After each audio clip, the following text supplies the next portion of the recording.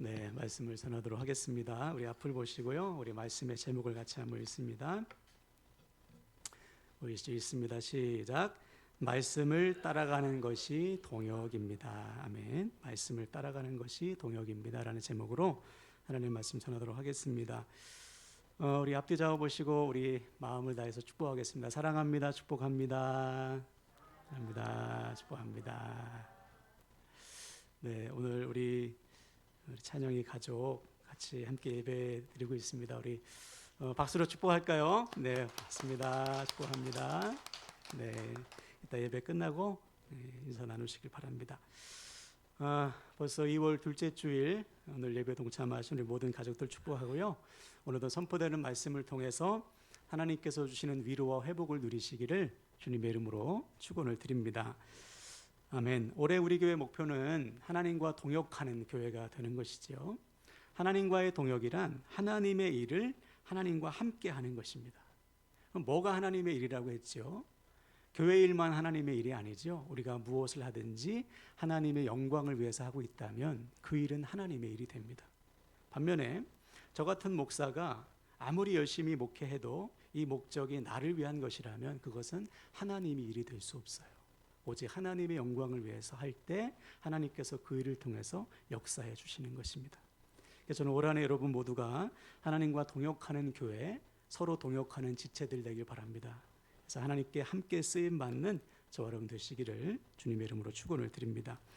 자, 오늘은 5번째 동역자를 나누겠는데요. 바로 아브라함입니다. 아브라함은 성경에서 하나님의 동역자로 손꼽히죠. 아마 가장 하나님께서 귀하게 사용한 동역자 중에 한 사람, 믿음의 조상이라는 별명이 붙을 정도로 아브라함은 하나님의 동역자로 귀하게 쓰임 받았어요. 근데 왜 하나님은 그 당시 수많은 사람들이 있었는데 아브라함을 당신의 동역자로 쓰셨을까? 무엇이 하나님으로 하여금 아브라함을 당신의 동역자로 사용하게 하셨을까? 오늘 본문에서 우리는 답을 얻을 수가 있습니다. 먼저 우리가 읽지는 않았지만 창세기 11장을 가보면 아브라함의 고향이 갈대아인의 우루라는 곳입니다. 우루라는 것은 그 당시에 그곳은 오늘날의 이집트 남쪽이래요. 근데 문명의 중심지랍니다. 우리가 학창 시절에 배웠던 메소포타미아 문명 이런 기억나시죠? 그 문명의 중심지 가운데 하나예요. 그리고 이름도 우루는 빛이라는 뜻입니다. 즉 우루는 빛의 도시. 그래서 사람들이 이 빛의 도시로 몰려왔습니다. 여기는 상업과 무역과 천문학이 발달된 아주 부유한 도시라는 것이죠. 사람들이 나도 저기 가면 잘 살 수 있겠지, 부유하게 살 수 있겠지. 그래서 아브라함의 가족도 거기에서 이제 정착하게 된 것이죠. 자, 그런데 어느 날 하나님께서 아브라함을 찾아오셨어요. 그리고는 말씀을 주시는 거예요. 1절 2절을 다시 볼까요? 본문 1절 2절. 제가 읽겠습니다. 여호와께서 아브라함에게 이르시되 너는 너의 고향과 친척과 아버지의 집을 떠나 내가 내게 보여줄 땅으로 가라. 내가 너로 큰 민족을 이루고 내게 복을 주어 내 이름을 창대하게 하리니 너는 복이 될지라. 하나님께서 아브라함에게 2가지 약속을 주셨어요. 첫 번째는 땅에 대한 약속, 두 번째는 자손과 복에 대한 약속. 너무 좋은 말씀이죠. 누가 여러분 앞에 딱 나와서 내가 너 땅 줄게, 자손 줄게, 복 줄게 너무 좋잖아요. 그렇죠? 특별히 그 당시에 아브라함은 자식이 없었습니다. 그래서 자손을 큰 민족을 준다는 것이 너무 좋았을 거예요. 자, 그런데 조건이 있어요. 어떻게 보면 문제입니다. 1절을 다시 보시면 고향과 친척과 아버지의 집을 떠나야 돼요. 이 당시는 여러분 부족 국가 시대입니다. 자기 부족을 떠나서 다른 부족에 가서 산다는 것은 목숨을 담보로 하는 일입니다. 더군다나 하나님께서 주시겠다고 약속하신 가나안은 그 당시 문명의 중심지가 아니고 변방이에요. 문명에서 그나마 좋은 도시가 아니고 한참 떨어져 있는 누구도 가고 싶지 않은 땅입니다. 그리고 거기에는 이미 원주민들이 살고 있어. 가서 땅을 차지한다는 보장도 없습니다. 그러므로 아브라함이 지금 안정적인 우르에서의 삶을 버리고 가나안으로 간다는 것은 무모한 도전이 될 수 있는 것이죠. 자, 이때 우리 같으면 좀 고민되지 않겠습니까? 나이도 적지 않아요. 75세의 할아버지입니다. 75세의 할아버지가 자기 고향을 떠나서 가보지도 않은 땅, 아직 손에 잡힌 것이 아무것도 없는 그곳으로 간다는 것은 고민되고 갈등할 수 있는 문제죠. 자, 그럼 이때 아브라함은 어떤 선택을 했을까요? 4절을 보세요. 본문 4절. 제가 읽겠습니다. 이에 아브라함이 여호와의 말씀을 따라갔고 롯도 그와 함께 갔으며 아브라함이 하란을 떠날 때에 75세였더라. 한번 따라할까요? 말씀을 따라갔고. 네, 아브라함은 하나님의 말씀을 따라갔어요. 자신의 처지, 상황, 사람들의 평판을 따르지 않고 아직 가본 적도 없고 손에 잡히지도 않은, 약속이 성취되지도 않은 상황 속에서 오직 하나님의 말씀만 믿고 따라간 것입니다. 이것이 하나님께서 아브라함을 당신의 동역자로 삼으신 이유예요. 오직 하나님의 말씀을 따라가는 그를 통해 하나님의 말씀을 이루시는 것입니다. 자, 그러므로 우리가 하나님과 동역하기 위해서는 단순해요. 말씀을 따라가는 거예요. 하나님의 말씀을 따라가는 것이 곧 동역입니다. 그럼 여기서 따라간다는 게 뭘까요? 조금 어렵지만 히브리어 원어에 보면 카쉐르 와엘레크라고 되어 있는데, 카쉐르라는 것은 그대로라는 뜻입니다. 즉 아브라함은 하나님께서 말씀하신 그대로 따라갔어요. 그대로 갔어요. 여러분, 하나님의 말씀을 따라간다는 것은 말씀 그대로 순종하는 것입니다. 여기에 말씀을 내가 넣거나 빼지 않고 지난 시간 나눴던 노아처럼 하나님의 말씀을 준행하는 거예요. 100% 그대로 순종하는 거예요. 이것이 말씀을 따라가는 것이고 그것이 동역이다. 두 번째로 와엘레크라는 것은 즉시로라는 뜻입니다. 하나님의 말씀을 따라간다는 것은 즉시로 순종하는 거예요. 즉시로. 왜 그럴까요? 미루면 순종하기 어려워요. 여러분도 경험하지 않습니까? 오늘 말씀을 통해서 그렇지, 말씀을 듣고 아멘도 하고 고개도 끄덕거리고 그렇죠? 근데 이것이 삶 속에서 순종되지 않으면 금세 까먹습니다. 저 같은 경우 개인적인 말씀을 드리면 집에서 가끔 제 아내가 저에게 부탁을 해요. 일하다 막 바쁘면 지금 빨리 세탁기에서 꺼내가지고 좀 널어주세요. 아니면 밥을 뭐든 밥 좀 해주세요. 이런 걸 하거든요. 부탁을 해요. 그럼 저는 대답을 참 잘해요. 그래. 근데 까먹어요. 왜 까먹을까요? 곧바로 안 하니까. 그러고 나서 혼나는 거죠. 하나님의 말씀도 똑같아요. 하나님은 우리에게 말씀을 통해서 말씀하시고 감동을 주셔요. 그럼 우리가 해야 될 것은 뭐냐? 지체하지 않고 즉시로 순종하는 것입니다. 그때 따라갈 수 있지, 내일 해야지, 다음에 해야지 하면 평생을 따라갈 수 없어요. 그냥 그 자리에 머물 수밖에 없는 것이지. 우리가 나중에 나누겠지만 아브라함이 이삭을 바칠 때도 하나님은 언제 어디에서 몇 날 몇 시에 바쳐라 말씀하시지 않았어요.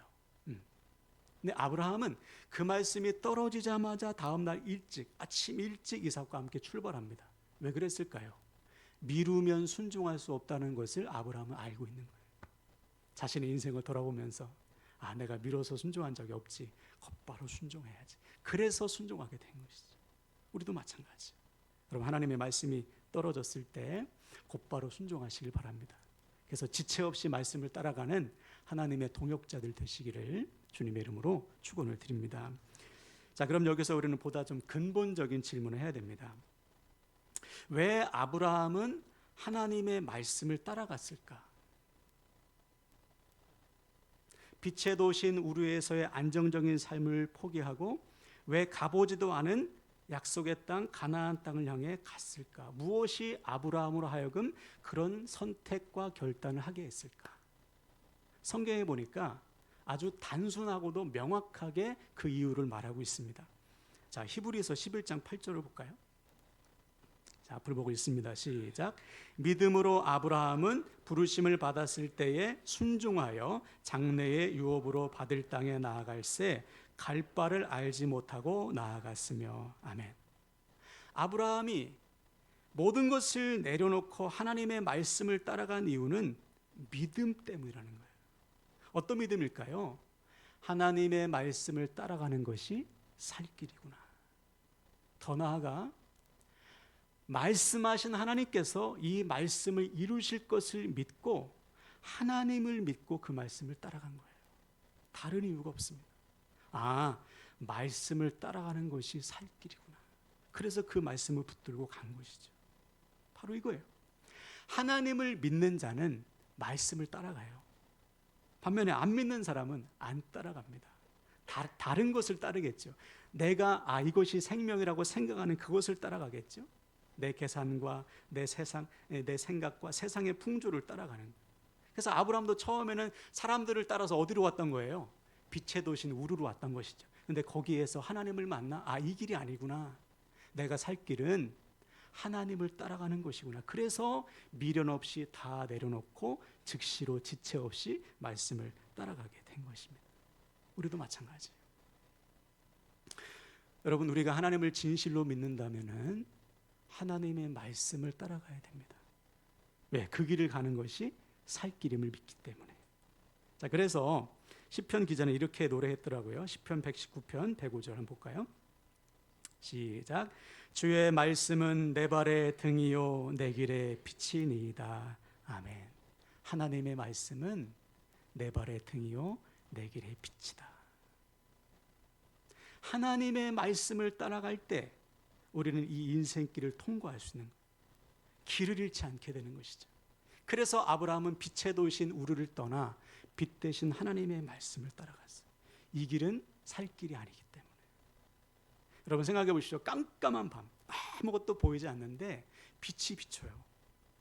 그 빛을 따라가면 사는 것이죠. 우리 인생이 바로 이와 같다. 하나님의 말씀은 빛이요 생명이기 때문에 그 말씀을 따라갈 때 우리가 사는 거예요. 제가 예전에 서울에서 교육전도사를 할 때 아이들을 데리고 일본으로 단기 선교를 간 적이 있어요. 근데 갈 때 크루즈를 타고 갔습니다. 촌놈이 크루즈를 탔어요. 부산항에서 배를 타고 엄청 크죠. 한 몇백 미터 되죠. 그걸 타고서 이제 대한해협을 건너서 일본으로 가는데 어느 순간 보니까 사방이 바다밖에 안 보여요. 수평선, 다 수평선입니다. 근데 순간 무섭더라고요. 이 배가 일본으로 제대로 가는 게 맞나? 왜냐하면 바다에는 표지판도 없고 길도 없잖아요. 자, 그러면 이 배를 운전하는 항해사와 선장은 무엇을 보고 갈까요? 내비게이션도 없잖아요. 500m 앞에서 우회전하십시오. 이런 것도 없잖아요. 오직 나침판과 항해 지도를 보고 가는 거예요. 나침판이 가리키는 방향을 따라서 가는 겁니다. 가다 보니까 일본이 나오게 되는 것이죠. 하나님의 말씀을 따라가는 것도 마찬가지. 여러분, 하나님의 말씀은 우리 인생의 나침판입니다. 하나님의 말씀은. 그런데 참 하나님은 가면 어떤 일이 나온다 구체적으로 말씀하시진 않아요. 발등만 비춰주실 때가 참 많죠. 그렇죠? 16차선 대로, 그렇죠? 앞으로 내비게이션처럼 100m 앞, 300m 앞, 1km 앞을 다 보여주시면 좋은데 하나님은 그러신 적은 별로 없고 우리의 발등을 비추시는 거예요. 그럼에도 불구하고 우리가 그 길을 따라가야 되는 이유는 이것이 생명이기 때문에 그렇죠. 여러분, 하나님의 말씀은 빛이요 생명임을 믿으시기 바랍니다. 안 그러면 엉뚱한 길로 가요. 헤매게 됩니다. 아브라함도 헤맨 적이 있어요. 몇 번 있습니다. 많이 있어요, 아브라함도. 여러분, 혹시 헤매고 있는 분들도 위로를 받으세요. 아브라함도 헤맸구나. 창세기 12장 10절에 가보면 아브라함이 이제 가나안 땅에 갑니다. 근데 그 땅에 기근이 들었어요. 먹을 게 없어요. 자, 그럼 이때 아브라함은 뭘 봐야 됩니까? 뭘 따라가야 되죠? 말씀 따라가야죠. 하나님은 뭐라고 말씀하시나? 근데 아브라함은 미련 없이 애굽으로 내려갑니다. 약속의 땅을 떠나서 애굽으로 가요. 이 선택의 과정에서 하나님의 말씀이 쏙 빠졌어요. 이렇게 중차대한 결정인데 하나님의 말씀 없이 자기 계산대로 결정해버린 거예요. 그 결과 어떤 일이 있었죠? 자기 아내가 너무 이쁘니까 여동생이라고 말했다가 아내를 뺏길 위험을 2번씩이나 반복해서 겪지 않습니까? 길을 잃고 헤매게 되는 것이죠. 우리 인생도 마찬가지. 하나님의 말씀을 따르지 않으면 헤매게 됩니다. 반면에 말씀을 따르면 헤매지 않게 되는 것이죠. 그러므로 사랑하는 여러분, 하나님의 말씀을 따라가는 길이 심지어 고난의 길일지라도 고난을 감수하고 그 길을 가시길 바랍니다. 그래서 마침내 말씀을 성취하는 저와 여러분의 삶이 되시기를 주님의 이름으로 간절히 축원을 드립니다. 자, 근데 여러분, 솔직히 말씀드려서 하나님의 말씀을 따라가는 게 쉬운가요? 말씀을 그대로 지체 없이 순종하는 것이 결코 쉽지 않을 뿐만 아니라 어렵습니다. 목사인 저도 말씀대로 사는 것이 너무 어려워요. 자, 그래서 이때 우리에게 필요한 게 있습니다. 두 가지만 말씀드리면, 첫째는 기도해야 돼요. 기도. 자, 예를 들어 마태복음 26장에 보면 우리 주님께서 십자가의 고난, 그 말씀을 앞에 두고 고민하셨습니다. 얼마나 고민되셨으면 내가 마음이 고민되어 죽을 지경이다 라고 말씀하셨어요. 주님이 나 지금 죽을 지경이야. 그 정도로 고민됐다는 거예요. 우리 생각에 예수님 정도면 그냥 담대하게 십자가를, 이사야 선지자가 말한, 그죠? 우리의 죄를 지고 우리의 어린 양 되시고, 이 말씀 아멘 하고서 주님이 그냥 당당하게 십자가 앞에 가실 것 같은데, 예수님도 고민하셨다는 거예요. 이 말씀을 순종하기 어려우니까. 왜냐하면 인간의 몸을 입고 이 땅에 왔기 때문에 그 고통 견디기 어렵죠. 그리고 더 큰 고통이 뭐였을까요? 주님은 우리를 대신해서 저주를 받으셔야 돼요. 죄값을 치르셔야 됩니다. 아버지 하나님과 죄로 인해 단절돼 떨어진 적이 없는데, 아버지 하나님과 죄 때문에 아버지께 버림받아야 되는 그 고통, 이게 아마 더 크셨을 거예요. 그래서 몸부림친 거예요. 자, 이때 주님 뭐 하셨죠? 앞을 보고 한번 읽어볼까요? 마태복음 26장 39절 있습니다. 시작. 조금 나아가사 얼굴을 땅에 대시고 엎드려 기도하여 이르시되, 내 아버지여, 만일 할만하시거든 이 잔을 내게서 지나가게 하옵소서. 그러나 나의 원대로 마시옵고 아버지의 원대로 하옵소서 하고. 아멘. 주님의 선택은 기도였습니다. 얼굴을 땅에 묻고, 하나님, 제가 이 말씀을 순종할 수 있도록 도와주십시오. 나의 원대로 하지 말게 하시고 아버지의 말씀을 따라가게 해달라고 주님은 간절히 기도하셨어요. 그래서 하나님 아버지는 예수님으로 하여금 그 말씀을 따라갈 수 있는 은혜를 베풀어 주셨습니다. 우리도 마찬가지예요. 하나님의 말씀을 따라가는 것은 어렵습니다. 때로는 알면서도 따라가기 싫을 때가 있잖아요. 그렇죠? 이때 우리는 어떻게 해야 될까? 우리 주님처럼 그 자리에 엎드려서 기도하는 거예요. 하나님 아버지, 제가 말씀을 따라갈 수 있는 은혜 주세요. 하나님 아버지, 제가 말씀에 순종할 수 있는 은혜를 베풀어 주십시오.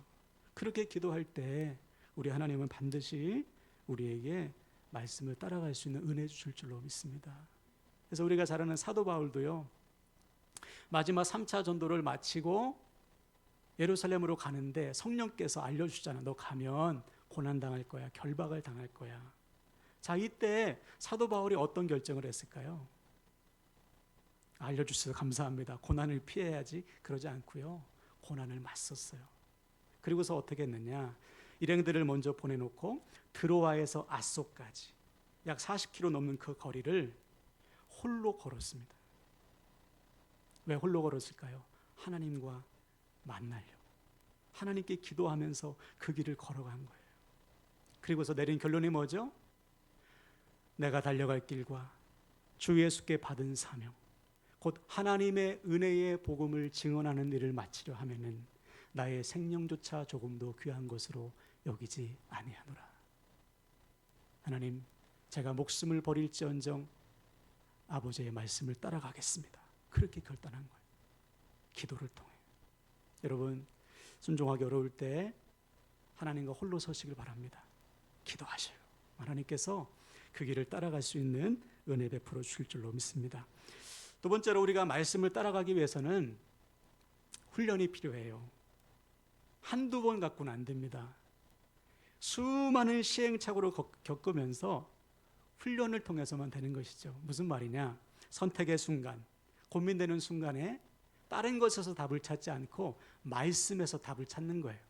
이때 하나님은 뭐라고 말씀하셨을까? 성경에 답이 나와 있으니까.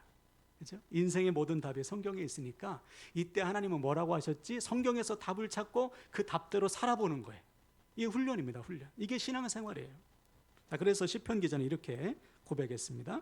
시편 1편 1절 2절을 볼까요? 자, 있습니다. 시작. 복 있는 사람은 악인들의 꾀를 따르지 아니하며 오직 여호와의 율법을 즐거워하여 그의 율법을 주야로 묵상하는도다. 아멘. 믿음의 사람들은 악인의 꾀를 따르지 않으면 다른 것에서 답을 찾지 않고 어디에서 답을 찾아요? 하나님의 말씀에서 답을 찾는다. 그 말씀을 묵상하면서 그 말씀 속에서 답을 얻고 그 말씀대로 살기를 힘쓰는 거예요. 물론 이것은 하루아침에 되지 않아요. 아브라함도 수많은 시행착오를 겪으면서 말씀을 따라가는 훈련을 했습니다. 그래서 훈련을 통해서 어디까지 간 거예요? 아들 이삭을 제물로 바치라는 말씀까지 따라갈 수 있었던 것이죠. 우리도 마찬가지. 여러분, 포기하지 않고요, 계속해서 말씀을 따라가는 훈련을 하시길 바랍니다.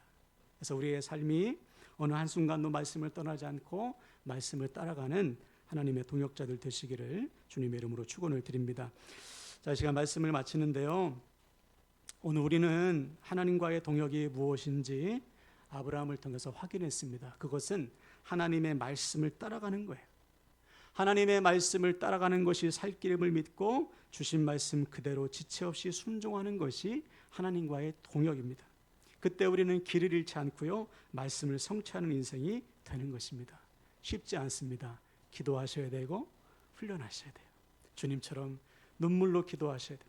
땀방울이 핏방울이 될 정도로 기도하셔야 되고, 아브라함처럼 시행착오를 겪더라도 포기하지 않고 말씀을 따라가는 삶을 살아가야 됩니다.